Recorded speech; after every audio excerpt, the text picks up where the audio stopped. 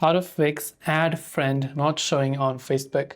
Now sometimes when you use Facebook and then you try to go to someone's profile and the add friend button might not be there. It might just have a follow button, or it might have the locked button, whatever else it is. Now sometimes if it is usually a business page, in that case it will not have an add friend button because they cannot add a friend to each and every one, but you can always follow them.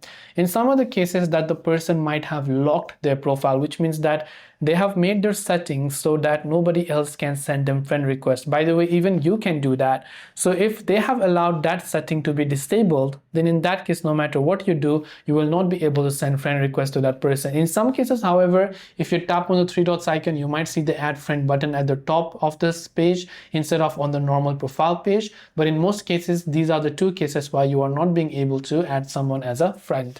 That is all for this video. I hope the video helped you. If you have any questions, do feel free to leave them down. Thanks for watching and see you soon in the next video.